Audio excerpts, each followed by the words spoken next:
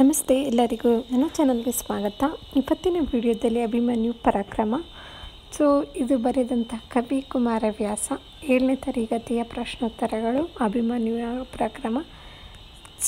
ಬನ್ನಿ ವಿಡಿಯೋ ಶುರು ಮಾಡೋಣ. ಇಲ್ಲಿ ಮೊದಲನೇದಾಗಿ ಕೃತಿಕಾರರ ಪರಿಚಯದಲ್ಲಿ ಇವರೇ ಕುಮಾರವ್ಯಾಸರು. ಇಲ್ಲಿ ನೋಡ್ಬೋದು. ಇದಾದ ಮೇಲೆ ಅಭ್ಯಾಸ ಕೊಟ್ಟಿರುವ ಪ್ರಶ್ನೆಗಳಿಗೆ ಒಂದು ವಾಕ್ಯದಲ್ಲಿ ಉತ್ತರಿಸಿ, ಅದಾದ ಮೇಲೆ 2-3 ವಾಕ್ಯ, ಅದಾದ ಮೇಲೆ ಯಾರಿಗೆ ಹೇಳಿದರು ತಿಳಿಸಿ ಅಂತ ಇದೆ.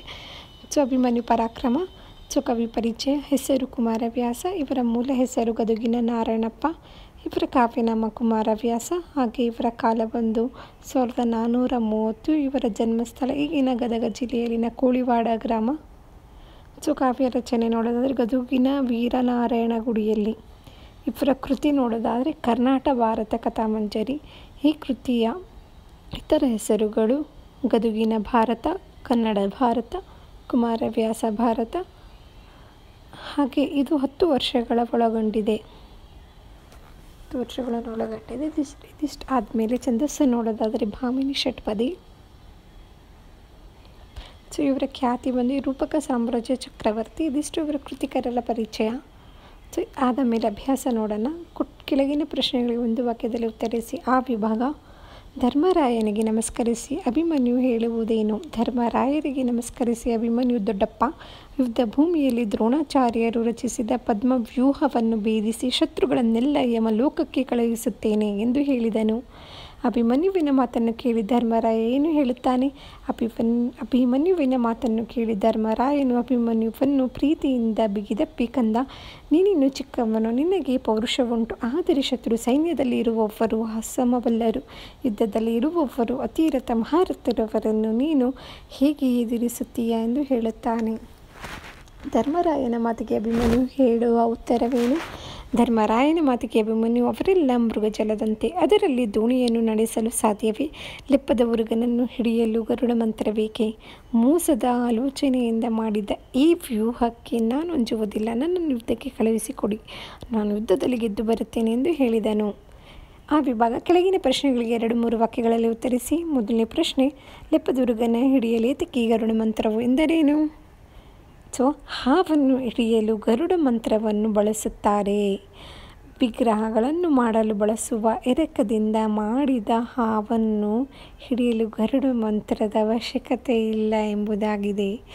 ನಿಮ್ಮಡಿಯಲಿಗಳಿಗೆ ಔತಣ ಇಕ್ಕುವನು ಎಂದು ಅಭಿಮನ್ಯು ಹೇಳಲು ಕಾರಣವೇನು?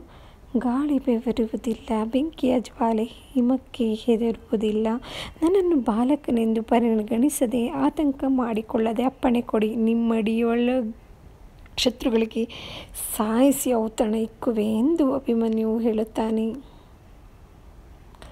ವೈರಿ ವ್ಯೂಹದೊಳಗೆ ಇರುವ ವೀರರು ಯಾರು? ವೈರಿ ವ್ಯೂಹದೊಳಗೆ ಕೃಪೆ, ಗುರು, ನಂದನನಾದ, ಅಶ್ವತ್ಥಾಮ, ಕರ್ಣ, ಭೂರಿಶ್ರವ ಮತ್ತು ಜಯದ್ರಢರು ಇರುವರು.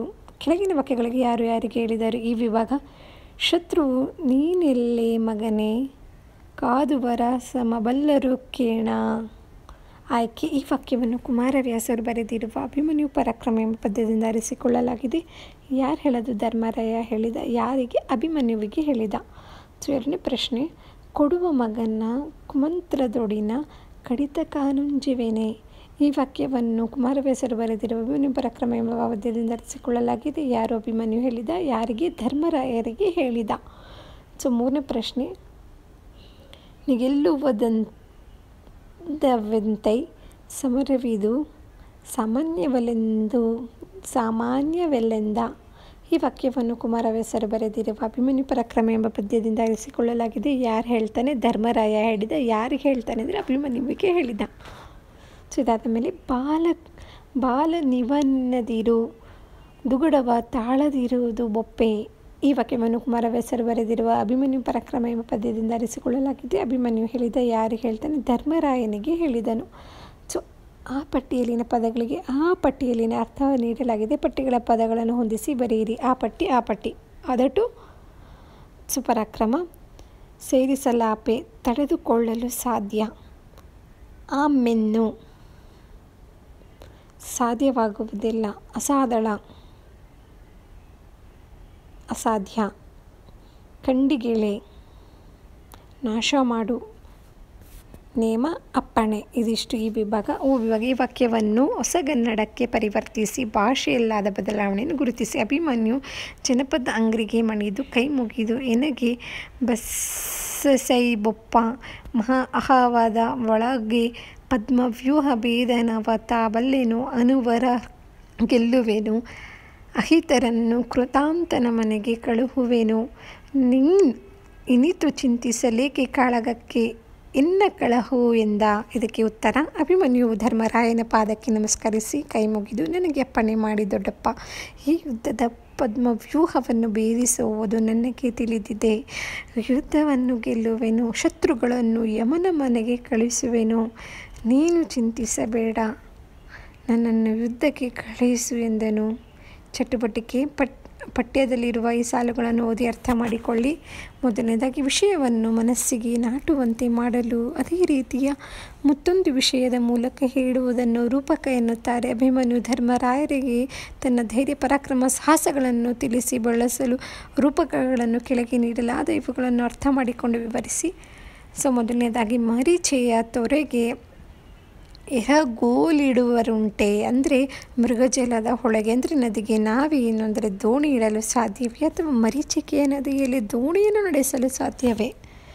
ಎರಡನೇ ಪ್ರಶ್ನೆ, ಲೆಪ್ಪದುರ್ಗನ ಹಿಡಿಯಲು ಏತಕ್ಕೆ ಗರುಡ ಮಂತ್ರವು ಅಂದರೆ ಲೋಹದ ಅಂದರೆ ಎರಕದ ಹಾವನ್ನು ಹಿಡಿಯಲು ಗರುಡ ಮಂತ್ರವು ಏಕೆ? ಇದಾದಮೇಲೆ ಮೂರನೇದಾಗಿ, ಗಾಳಿ ಬೆಮರುವುದುಂಟೆ ಅಂದರೆ ಗಾಳಿ ಬೆವರುವುದುಂಟೆ. ವಾನಿ ಜ್ವಾತಿ ಹಿಮ ಕಂಜುವುದೇ ಅಂದರೆ ಅಗ್ನಿ ಜ್ವಾಲಿ ಮಂಜಿಗೆ ಅಂದರೆ ಹಿಮಕ್ಕೆ ಎದರುವುದೇ. ಐದನೇದು, ಮಂಜಿನ ಮೇಲು ಗಾಳಿಗ ಉಂಟೆ ಬಲು ಬೇಸಗೆಯ ಈ ಬಿಸಿಲೊಳಗೆ ಅಂದರೆ ಕಡು ಬೇಸಿಗೆಯ ಬಿಸಿಲೊಳಗೆ ಮಂಜಿನ ಸ್ಪರ್ಧಾತ್ಮಕವಾದ ಯುದ್ಧ ನಡೆಯುವುದುಂಟೆ. ಇದಿಷ್ಟು. ಇದಾದಮೇಲೆ ಕೆಳಗಿನ ಅಕ್ಷರಗಳಿಗೆ ಗುರು ಲಘು ಹಾಕಿ. ಕೋಳಿ ಕೂಗಿತು, ಬೆಳಕರಿಯಿತು. ಕೋ ಅನ್ನೋದಕ್ಕೆ ಗುರು, ಳಿ ಅನ್ನೋದಕ್ಕೆ ಲಘು, ಕೋ ಅನ್ನೋದಕ್ಕೆ ಗುರು, ಗೀತುಗೆ ಗುರು ಗುರು, ಲಘು ಲಘು. ಬೆಳಕರಿಯಿತು ಫುಲ್ಗೆ ನೀವು ಬರೋದು ಲಘು ಲಘು ಲಘು ಲಘುನೇ.